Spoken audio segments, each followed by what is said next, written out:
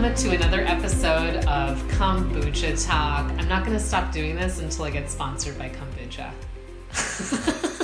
You with me? Who loves kombucha? I don't drink coffee, so I can't do coffee talk. What am I going to do? Decaf talk? No, we're going to do kombucha talk. Welcome to another episode. I'm Aggie K, Wealth Therapist. In today's episode, we are talking about why it's so hard to make money when you're comfortable. So what is the deal with making money when you're already comfortable? It's kind of like a relationship, right? You have a relationship with money and you have relationships with people. And when you start to get comfortable in the relationship, you can kind of let yourself go. You know, it's that comfort level that allows you to relax, which on the one hand, it's nice to relax. But on the other hand, you do let yourself go. Your awareness shifts. So this is point number one. Number one, it's so hard to make money when you're comfortable because you've probably worked really hard to get to where you are. And you feel you deserve to relax. You deserve to slow down. You deserve to stop pushing.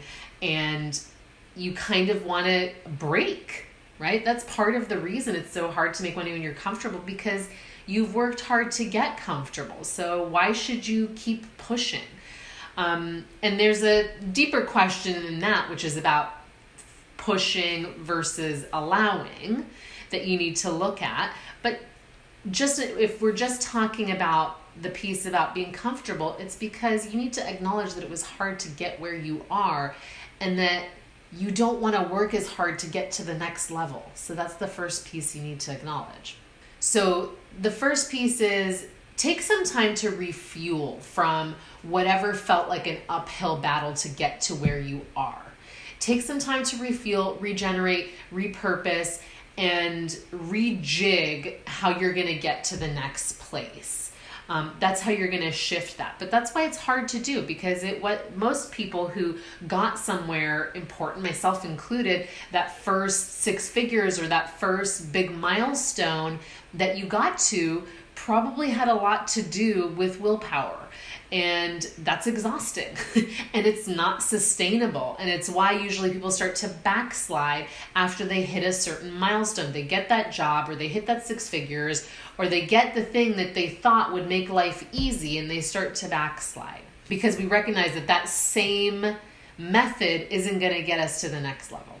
The other thing that happens is that unconsciously, for sure know unconsciously, that we are going to have to let go of things to get to the next level. If you've hit a milestone, I guarantee there were emotional weights you had to let go of, things you had to look at on a deeper level to allow you the buoyancy to achieve your goals, right? To allow you the mental capacity, the emotional capacity to achieve what you wanted. And subconsciously, our subconscious is like, nope. Don't want to go through that again. Don't want to look at my relationship to money, to security, to my partner, to what's going to happen if more money comes in the mix, to who's going to ask me for more money. What are people going to want from me when I hit that level? We don't want to let go emotionally. We just don't. It's not our nature. As human beings, right? It's not our nature to be in the process of letting go. It's why people study, Buddhism and Zen philosophy and the art of non-attachment, is because we don't like to let things go. And to reach that next income level, you're going to have to let something go. You're going to have to let go of being the martyr for your family. You're going to have to let go of being the perfect son or daughter to go after what you really want. There might be a variety of things you have to let go of. You might decide you want to be more visible on camera or on social media, and your family might not like that. So for sure, unconsciously, there's a reason we like to stay comfortable, because we don't want that next level of letting go. The other reason we stay in the comfort zone is because we don't want to evolve our relationship with money either. If you're comfortable, then you've probably gotten to a place where you don't worry about money in the same way that you used to. So you don't necessarily worry about paying the bills. You know that certain things are covered. But the truth is that that's a false sense of security. Because if you're not thinking about money, that's when things start to get unconscious. That's when your awareness starts to go away from money. You start not knowing what's going on with your money. You start not paying attention to how much you're spending. You start not paying attention to where that money is going, and you start losing that relationship with money. It just sort of starts to become stagnant, which means you're going to start struggling with it again. And that comfort zone is a false sense of security. You're probably, most people, as in statistics I've looked at in other videos, most people are $1,000 away from being back to being uncomfortable and back to struggling and back to paycheck to paycheck.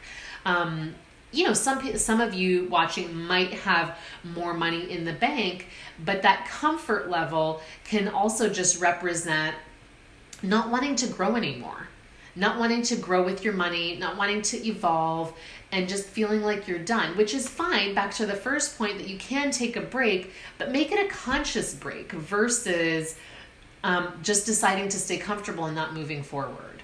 So you can relax consciously or you can relax unconsciously.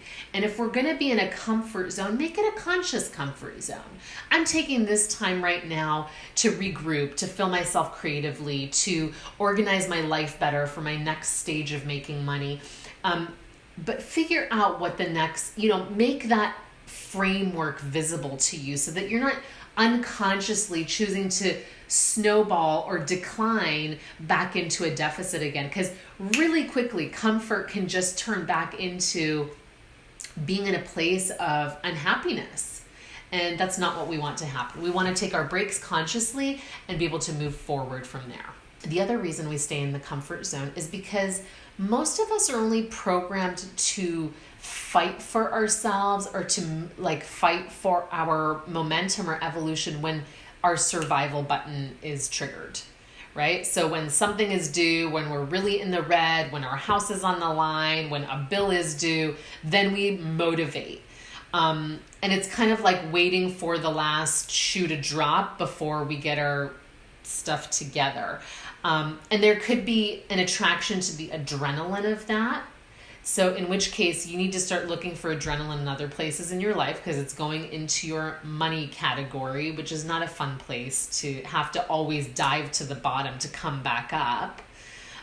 So look for that adrenaline elsewhere, not it messing up your money situation. And start doing what I have found really has helped is doing things that push you not in money, but in other areas of your life where you push past what you thought you were capable of doing. Physically, in exercise, pushing past what you thought you were capable of doing. And I have clients with different levels of ability. For example, I have a client who with rheumatoid arthritis who pushes herself in restorative yoga to connect with her body and herself. So it's all dependent on your level of ability, but pushing yourself beyond something you were capable of just raises that set point of what you think you're capable of doing. So that's another way to get out of your comfort zone with money is practice that in other areas of your life. Okay, just to recap, here is why it's so hard to make money when you are already comfortable. One, you probably worked really hard to get there, and you're not going to be able to get to that next level, working hard, willpower, forcing it. And so your subconscious is like, screw that.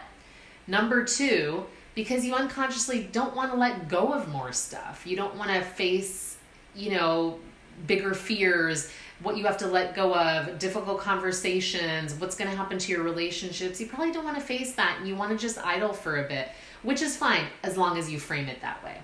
Number three, you probably need to grow and have a deeper relationship with your money and heal more relationship with your money. And you probably don't want to do that. You want to not have to think about money and not have to worry. And that also stagnates your relationship. So you kind of need to kick that in the butt. And finally, you're probably programmed to only think about money when it's a survival mode and you're pushing. And so there's a marriage or addiction to stress, the adrenaline of stress or survival that you need to replace with something else. Push yourself in other ways, in other parts of your life to see what you're capable of beyond just the survival level. All right, I hope that was helpful. I'm Aggie K, Wealth Therapist. If you enjoyed this, please subscribe to the channel. Follow me on Instagram and get me sponsored by kombucha. That would be fabulous. Thank you so much. Mwah! See you next time.